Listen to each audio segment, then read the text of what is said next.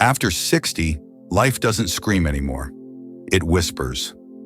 And in those whispers, if you listen closely, you'll hear the ticking of time, the echo of regrets, and the silent spaces where people used to be. You're not broken. You're not weak. But something has shifted. The world rushes ahead, while you're left wondering if you're becoming invisible. What happened to the days of being needed, of being heard, of feeling alive? But the truth is this: it's not the years that destroy us, it's the quiet decisions, the unspoken habits, the unseen mistakes that sneak into our lives after 60, and they do their damage in silence. Most people think decline after 60 is natural, that it's just how things go. But that's a lie. The real destruction comes not from age, but from the 6 invisible mistakes that slowly, silently unravel your happiness, purpose, and health. This video isn't about fear, it's about power. It's about reclaiming your life while you still can. Because you are not done. You are not finished. There is fire left in you, and the only thing standing in your way is what you don't see. So if you're ready to face the uncomfortable truths, if you're brave enough to call yourself out and call yourself forward, then watch until the end. Because what you're about to learn isn't just advice, it's survival, and it might just save the rest of your life. Number 1, the quiet surrender, when you stop challenging yourself. There's a dangerous moment that comes after 60. It doesn't come with a bang, it comes with a sigh. A day where you tell yourself, I've done enough. So you rest, but then you keep resting. Days blur into weeks, and weeks into years. Before you know it, you're coasting, not living. Comfort is a silent killer, and after a lifetime of struggle, it's easy to believe you've earned it. But here's the truth. Your brain, your body, and your soul thrive on growth. The moment you stop challenging yourself, you begin to shrink. Science proves it.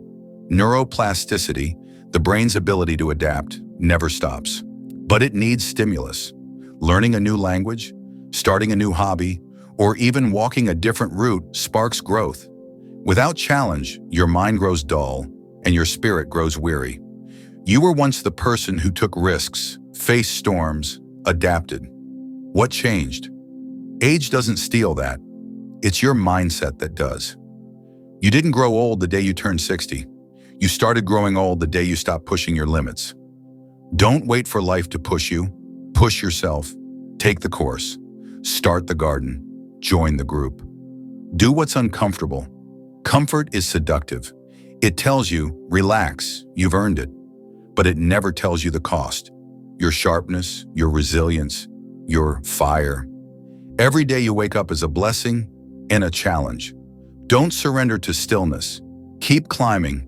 Keep reaching, because the only real death is when you stop growing. Number 2, the invisible isolation, thinking you don't need connection anymore. You've raised children, built relationships, maybe even buried loved ones. After 60, connection can feel complicated. People move away, friends pass. You might think, I'm fine on my own. But that's a dangerous lie.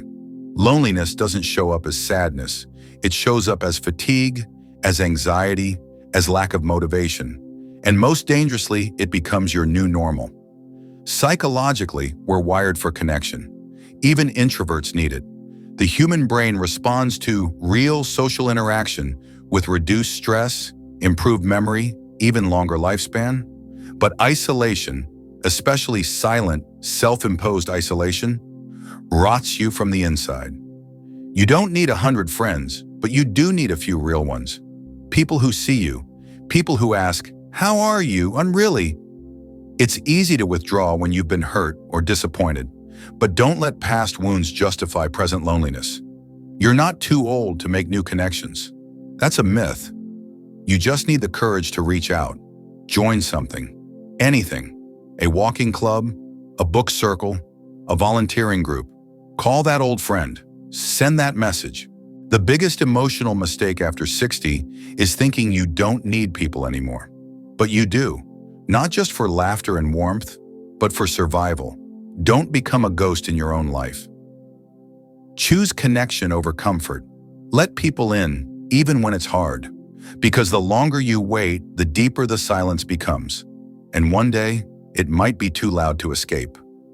Number 3, the subtle betrayal, ignoring your body's whispers. Your body speaks to you in whispers, but if you keep ignoring it, it will start to scream. That stiff knee, that sudden fatigue, that shortness of breath you brushed off as just getting older, they're not background noise, they're warnings. After 60, your body becomes less forgiving, but more honest. The small aches and little changes are signs. Ignoring them is like ignoring cracks in a dam. Eventually it bursts. Many people fear doctors, fear bad news, so they avoid checkups, skip medications, ignore symptoms. But here's the harsh truth. Denial won't protect you. Action will. Preventive care matters more now than ever. Catching a problem early often makes the difference between manageable and fatal. Colon screenings, heart checks, blood work. These aren't luxuries, they're lifelines. But there's more to it than medicine. Your energy levels, digestion, sleep, they're telling you how you're treating yourself. Are you fueling yourself with processed foods, sitting too long, sleeping poorly? The older you get, the more your habits define your reality. One walk a day, one healthy meal, one good night's sleep, it adds up. Your body isn't a burden, it's your partner in this life. Treat it with love, not neglect. Because when your health breaks, everything else shatters. Listen to the whispers before they become screams. Number 4, the unseen weight, holding on to past resentments. The longer you live, the more pain you collect. Betrayals, loss, family arguments, the kind of emotional scars that don't bleed, but never heal either. After 60, many people carry around a heavy emotional backpack, full of things they've never forgiven, never processed, never let go. And over time, that weight doesn't just exhaust you, it begins to poison you. Psychology is clear. Resentment isn't about what someone did. It's about the story you keep telling yourself about what they did. And the longer that story repeats, the deeper it embeds itself into your identity. Bitterness makes you tired. It makes you hard. It makes joy almost impossible. And worst of all, it distances you from people who still care. Forgiveness isn't about weakness. It's not about pretending it didn't happen. It's about reclaiming your peace. About saying, I will not carry this pain into the last chapters of my life. You can't rewrite the past, but you can stop letting it write your present. Call the person, write the letter, say the prayer. Let it go, not for them, for you, because nothing destroys your spirit more than dragging yesterday's anger into today's peace. Number 5, the dangerous drift, losing your sense of purpose. After retirement, after the kids are grown, after the schedule fades, you're left with silence. For some, it's peaceful. For others, it's terrifying. Because in that silence, you ask, who am I now? Purpose isn't a job title. It's the reason you get up in the morning. And after 60, it becomes more vital, not less. People who lose their sense of purpose decline faster, mentally, emotionally, and even physically. It's not a theory. It's a proven psychological truth.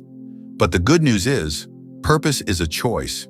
You can find it in helping others, in mentoring, in creating, in learning, in growing. You can even find it in curiosity, asking questions, exploring the world, staying engaged. The biggest mistake is thinking your best contributions are behind you. That's a lie. You have decades of wisdom, experience, compassion. That's powerful. Don't drift.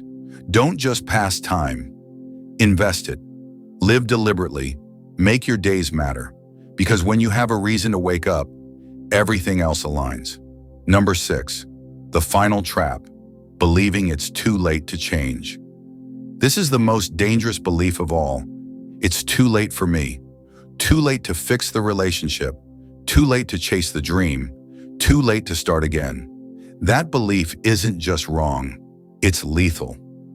Every story you admire, every comeback, every late bloom began when someone said, why not now? Colonel Sanders founded KFC at 65. Grandma Moses started painting at 78. The Japanese poet Fukuda Chiyonie wrote her best work in her 90s. You are not finished, not by a long shot. Your future is not behind you, it's within you. Change is always possible, but you must believe it. You must act on it. Try something new, end something toxic, begin something brave. You don't need the world's permission, just your own. Don't die while you're still alive. Conclusion. You've just walked through the 6 silent mistakes that quietly dismantle your life after 60. Not because you're weak, but because no one teaches us how to age fiercely. They tell you to slow down, to fade away, to accept decline. But not here, not now. This is your moment to rise. Don't let the quiet lies steal your fire. Don't let comfort become your cage. You've lived too much to live the rest of your life on autopilot. So what do you do now? Challenge yourself again. Reconnect. Listen to your body. Forgive the past. Find your purpose. And believe that change is still possible. If this video spoke to you, don't keep it to yourself. Share it with someone who needs to hear this. Comment below and tell us which mistake hit home. And most of all, subscribe, because we're building a community of warriors who refuse to go quietly into the night. Your story isn't over. The best pages might still be unwritten, so pick up the pen and start writing.